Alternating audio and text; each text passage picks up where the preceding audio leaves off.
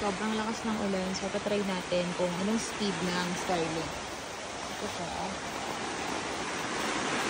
Try natin siya ulit. Grabe.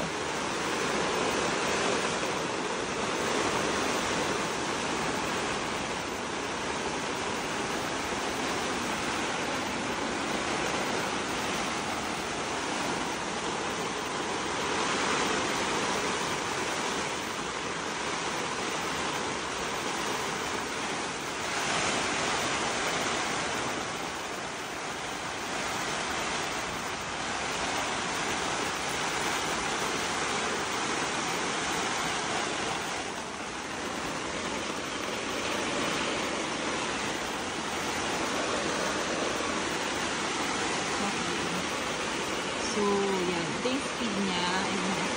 Download and upload. Dito tayo sa Lake Cabello. And paggabi, ganito siya.